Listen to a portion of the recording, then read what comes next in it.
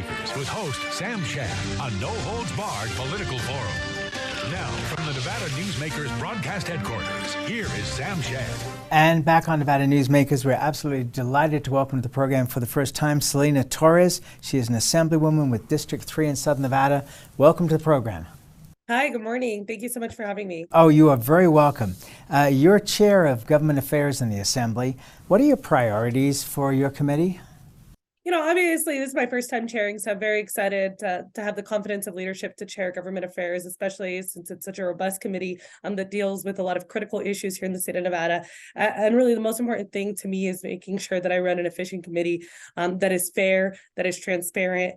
And that's exactly what I strive to do. That's why, you know, in the first 2 weeks of legislative cycle, I reached out to every single member of my committee, Democrat and Republican, to meet with them, learn a little bit more about them and their priorities this legislative cycle within my committee and outside of my committee. But that's also why I'm ensuring that, you know, we are hearing from key stakeholders and bringing them in so that we can have critical conversations and really be ready to discuss some of the legislation that's going to come before us this cycle. Okay, so give us an idea of what some of those issues are going to be for your committee. So, I mean, government affairs is a very interesting and general committee because it's going to deal with, like, for example, we have legislation that ranges from clarification on the roles of councils. Last week we heard a bill regarding the Department of Veterans Services and just clarifying some of those roles, sometimes adding members to some of those committees, looking at different state agencies and their roles and responsibility. And for me, it's really critical that we are evaluating those policies with an equity lens, making sure that it makes sense, making sure also that those responsibilities, if we're adding new responsibilities to the office, that those are responsibilities that the office has the capacity to take on. I think oftentimes in legislation, we are adding responsibilities and adding duties to offices that they just don't have the capacity to do. So if we're going to be adding roles, adding responsibilities, we need to really ensure that these are roles and responsibilities that the office has the team and has the workforce to do. You are a charter school teacher, and that's kind of a unique position, one might think, for a Democrat. Tell us about your school and how you deal with working for a charter school versus in the public schools. So I'm a public school teacher. I'm a public charter school teacher. So all charter schools here in the state of Nevada are public schools. Public charters often do get confused with private schools, but there is no cost to attend a public charter school. Like traditional public schools, we cannot discriminate against students based their race, their disability. So public charter schools are required to follow the same rules and regulations that other traditional public schools are required to follow. And they have to follow those duties that are set out by the Nevada Department of Education as well as the State Public Charter School Authority. Furthermore, public charter schools are funded primarily by the state and they are accountable to a government body. So both the charter schools are accountable to both the state, the Nevada Department of Education, as well as their own board. They kind of have a mini school board model. And that's what kind of provides the charter. If the school is mismanaged at a public charter school, test scores are poor, or there's something else that's wrong with the school, a public charter school contract can be terminated by that authorizer. I'm very fortunate to work at a phenomenal school in East Las Vegas. I work at a public charter school, a Title I school in our community that serves predominantly students that live in the area. I think it's well over 50% of our students are walkers at our school, which means that most of our students are actually getting to school just walking to campus. So it really is a neighborhood school and a community school. What income bracket would you say that the majority of your students are? Are they rich, middle class, poor? Where do they fall? So I work at a Title I school, which means that the majority, 100% of our students are free and reduced lunch recipients. Okay, so what does that say to people that say that the charter school system is really only for the rich and that poor kids can't be a part of that? And obviously that's not the case. I'm really proud of the role that the State Public Charter School Authority has had in making sure that as charter schools expand throughout the state of Nevada, that they're expanding in under-resourced neighborhoods and the communities that need them. So when State Public Charter School Authority and the board is evaluating whether or not a charter is going to be approved, they're looking to see whether or not that school is serving diverse demographics. They're looking to see if that's is going to be serving students from low-income communities. They're looking to make sure that that school is doing the outreach to the community to serve the neighborhood that the school is located in, and they're also ensuring that the school is serving students with disabilities. So, for example, a school like mine in East Las Vegas, I think because our instructional leaders have done such a phenomenal job making sure that we have the resources that we need. I noticed that at our school, we actually have higher rates of students with special needs than the surrounding schools. And I think it has a lot to do with just the attention that our instructional leaders give. Do you have students that suffer from autism within your school? I mean, we serve over 2,000 students. We have students with all various abilities and strengths. I imagine that there are many students with autism, just like there are many students that are English language learners, many students with various special needs. One of the things that's unique about this particular session is the fact that, as against everybody fighting over the lack of money, in this session there's an abundance of money, which is a wonderful thing. The governor has promised $1 billion for each biennium of additional spending on schools. The Democratic leadership proposed an additional $250 million to go towards education, and yet there are others that are saying it's not enough. We've had Alexander Marks, for example, from NSCA on the program, and he's looking for even more money. Where do you feel that the funding for schools is sitting at this point in time, if in fact $2.25 billion is able to go in new money towards schools? I really will acknowledge the work that Democratic leaders did throughout the interim to ensure that, we have a legislative cycle where we're looking at a budget that is significantly larger than what we've looked at before. And so we really are able to make the investments in educations that are necessary for our students. And so I know that obviously there's been a number of different proposals. We're going to be looking at all of them to ensure that we really are maximizing our investment in our students and in our schools. That means that we need to be investing in our teachers so that we can keep high quality teachers in our classrooms. And that means that we need to be investing in our students, ensuring that they have the resources that they need to succeed. I think oftentimes of like my first year in the classroom, I taught at a school in East Las Vegas, and we didn't even have textbooks. I taught high school English and I didn't have textbooks. I didn't have books. And you can't teach a senior English class without access to literature. And so I think, when we're making these investments, these dollars will help address situations like that and help ensure that every student has access to a high quality education. Well, and I certainly don't disagree with that, with anything you just said there. But I guess the real question is that amount of money that's been proposed already enough in your opinion, or are you thinking that there needs to be even more added to the education budget? And if so, how much are you thinking? I don't know that I know what the exact number is that's going to ensure that every child has access to high quality education. I could tell you that we need to make significant investments into our education system. I can tell you that almost any investment is going to be better than where we're at. Right. I don't know, here in the state of Nevada, we've always said, if we throw money at the problem, but we've never thrown money at the problem. So we need to actually invest in education. We need to ensure that that money is there for schools and therefore for our students, so that they can have access to the high quality education that they deserve. Off the top of my mind, I don't have the number that's going to ensure that every student has that access to a high quality education, but I can tell you that we need to that's part of what the legislative cycle is for. It's for us to have those conversations, to see what that's going to look like, to see what the breakdown per pupil is going to be as well, so that we can pull the numbers, what that might look like in schools in different parts of our community, so we can see how this impacts rural Nevada, how this impacts Northern Nevada, how this impacts a school in East Las Vegas or a school in West Las Vegas, which is the district that I represent. And so I think, that's what this legislative process is for. And that's why we vet all legislation through our various committees. And I know that that's a conversation that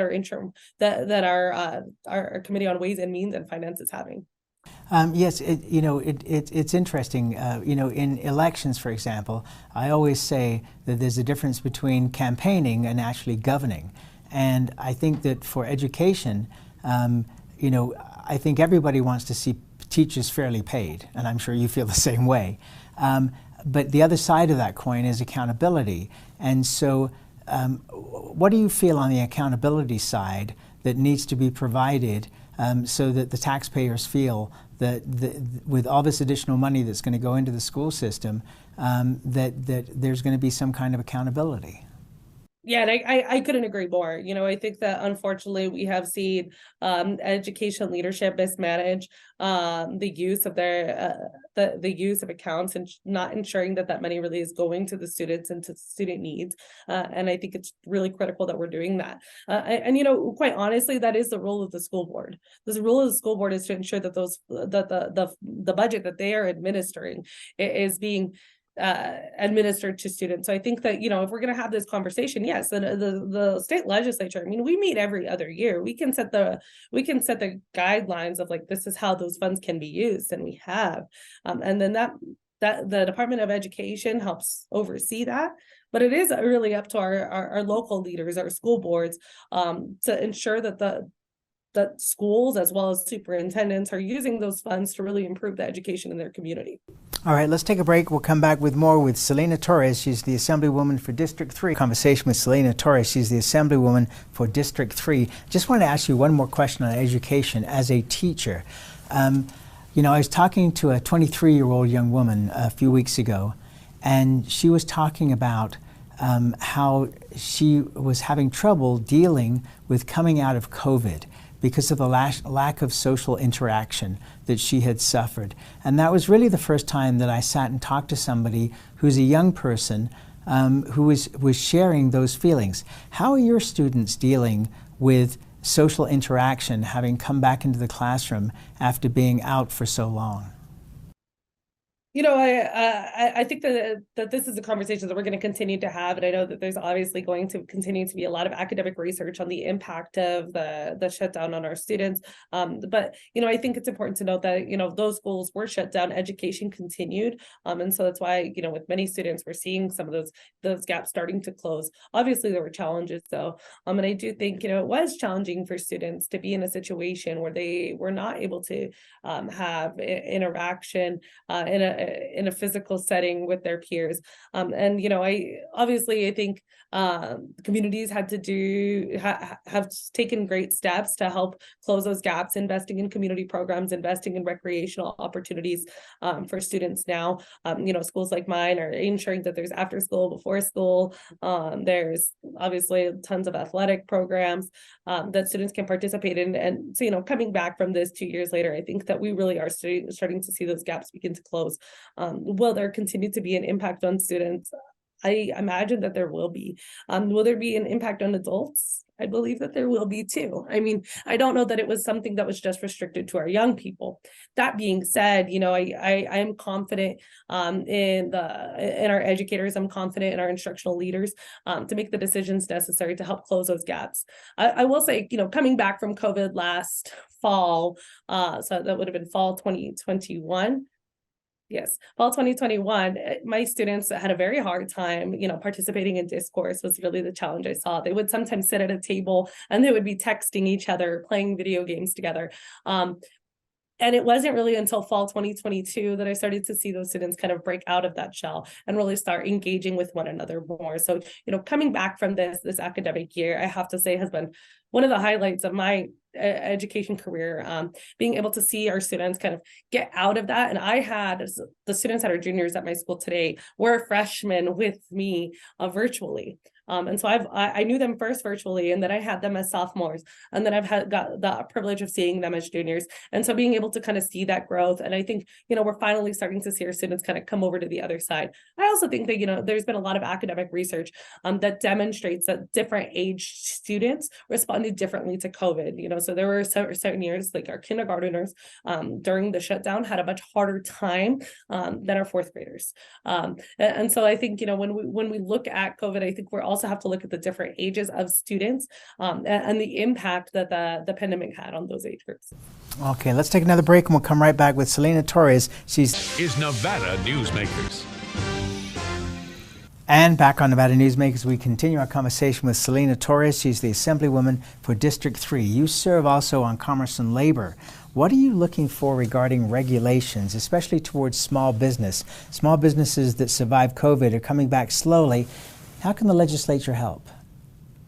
Obviously there's going to be a number of different issues that are going to pass through Commerce and Labor, including regulations that impact small business. And I think, when we're looking at policies that impact small business, it's really critical for us to ensure that we identify what problem that bill is striving to solve and whether or not that bill is efficient at doing so. So when I say that, sometimes we're eliminating regulations, sometimes we're adding regulations, sometimes it actually makes sense, right? It might make sense for us to change the system or protocol for collecting something or for doing something, because it actually might make it easier for the small business owner.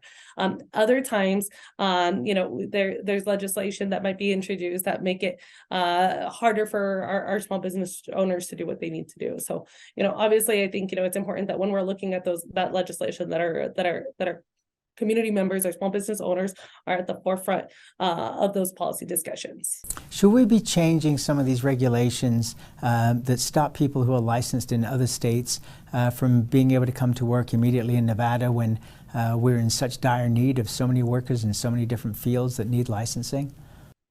I don't know of any legislation at the top of my head that is going to make it more challenging for individuals to come to Nevada and get to work. But I can say that there is a number of legislation that has been introduced that'll make it that'll kind of cut through some of the red tape and the barriers to getting licensed here in the state of Nevada. And I know we've looked at historically over the last couple legislative cycles, I think we've looked at a lot of legislation that kind of streamline some of these processes, make some of these agencies or licensing boards more efficient. And I think that really that efficiency part of that is really key to success this legislative cycle. When you look at the hospitality industry here in Nevada, it's run by Hispanics for the most part.